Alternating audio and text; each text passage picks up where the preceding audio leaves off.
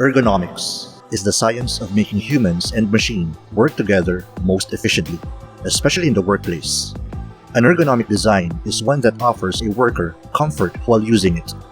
It can be considered important for everything from an office chair, to a keyboard, to a mouse, to even your computer monitor. Now comes the bad news I have for you. The stand that came with your computer monitor probably sucks.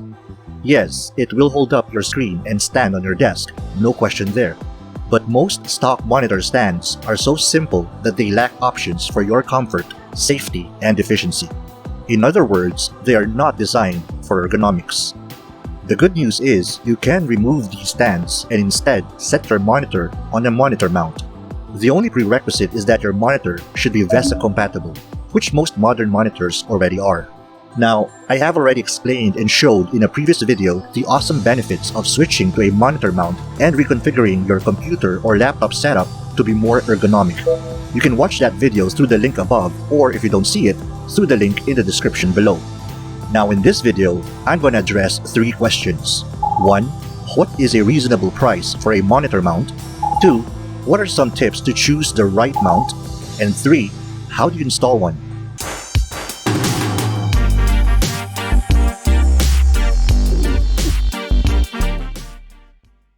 Let's talk about the first question. What is an acceptable price range for a monitor mount? Since there are a lot of monitor mount brands, models, and designs out there, I really couldn't find a definitive answer to this question in my research. So I'm just going to share my own rule of thumb on this one. Whatever brand or model you choose, the price shouldn't be more than 20% to 40% of the price of the monitor or monitors it is supposed to hold. To give you an example, I bought a brand new LCD monitor for 3,900 pesos or $79. So while canvassing for a single arm monitor mount for it, my budget was anywhere from 780 pesos to 1,560 pesos. But what if I needed and bought 2 monitors and would like to use a dual arm monitor mount for both? In essence, the 2 monitors would have cost 7,800 pesos, and if I stick to my 20 to 40% rule, then I would have budgeted 1,560 to 3,120 pesos for a mount. If you think about it, purchasing a mount that's already half or even equal to the price of the monitors it is supposed to support isn't very practical. Might as well buy 2 monitors and just go with the stock stands, right? Anyway, I ended up with this loop alloy single arm monitor mount, which I purchased online for 890 pesos or $18. This price is about 23% of the cost of my LCD monitor, which is great. And before purchasing it, I made sure that it could actually support my monitor, which leads us to question number 2. The best tip I can give you in choosing the right mount is taking note of 3 things about your monitor first. Its screen size, mine is 21.5 inches, its weight, mine is 4.15 kilograms, and if it's VESA compliant. Armed with that information, I specifically cross-check if the monitor mount satisfies all 3. This is fit for 18 to 32-inch monitors, good. It can support a max load of 13 kilograms, good. And it has a VESA compliant bracket plate, perfect. Another point of consideration is the desk you are going to clamp it on. My desk has a 2-inch overhang on the sides, so a C-clamp type mount will be able to latch onto it. On the other hand, if my desk was shaped like a box with no overhang, then I will need a grommet type mount, in which case I would have to bore a hole through a corner of my desk. Thankfully, this monitor mount comes with both C-clamp and grommet clamp options.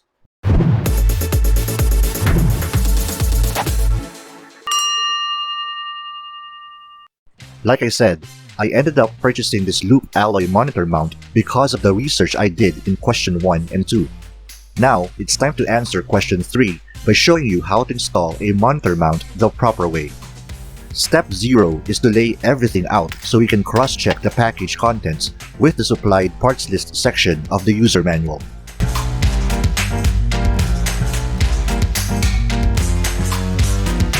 One swivel arm? Check. One pole? Check.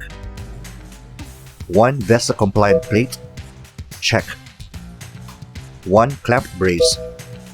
Check. One C-clamp? Check. One grommet base plate? Check. One support plate. Check. After spending a few minutes, I can confirm that there are no missing parts except for one. Well, actually 3. That's right, I could not find the 3 M5 by 20mm bolts anywhere. Nothing in the box and nothing in the plastic pouch that housed all of the other bolts, spacers, washers, and tools. At this point, I was about ready to complain to the seller, but watch onwards and I'll show you where I eventually found them.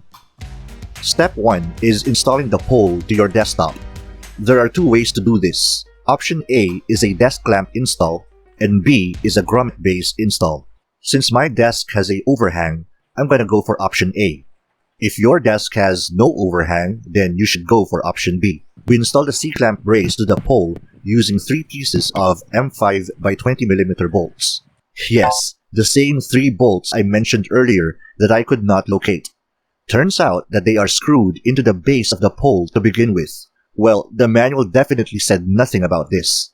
And one would expect that they should be in the plastic pouch along with the rest of the nuts and bolts, right?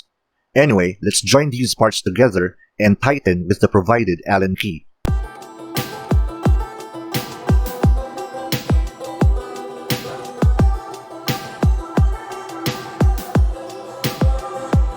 Then we install the C-clamp to the pole assembly according to the thickness of the desktop. By the way, both this heavy-duty C-clamp and the grommet mount can be set on a desk that's up to 4 inches thick. We connect the 2 parts using 2 M8 by 12mm bolts and tighten using the provided Allen key. Then we tighten the C-clamp to the desktop overhang by twisting the plastic knob clockwise.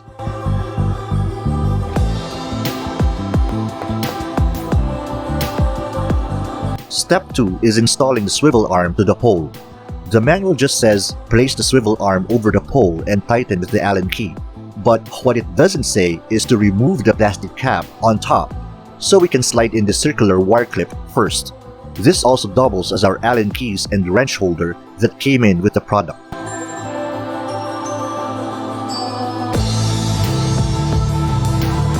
Now we can slide in the swivel arm and replace the cap.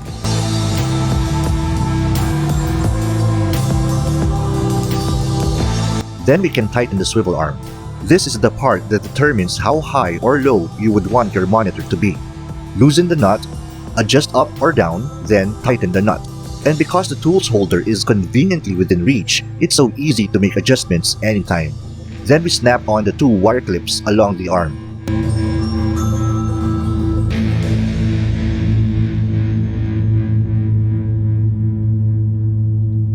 Step 3 is attaching the VESA plate to the monitor.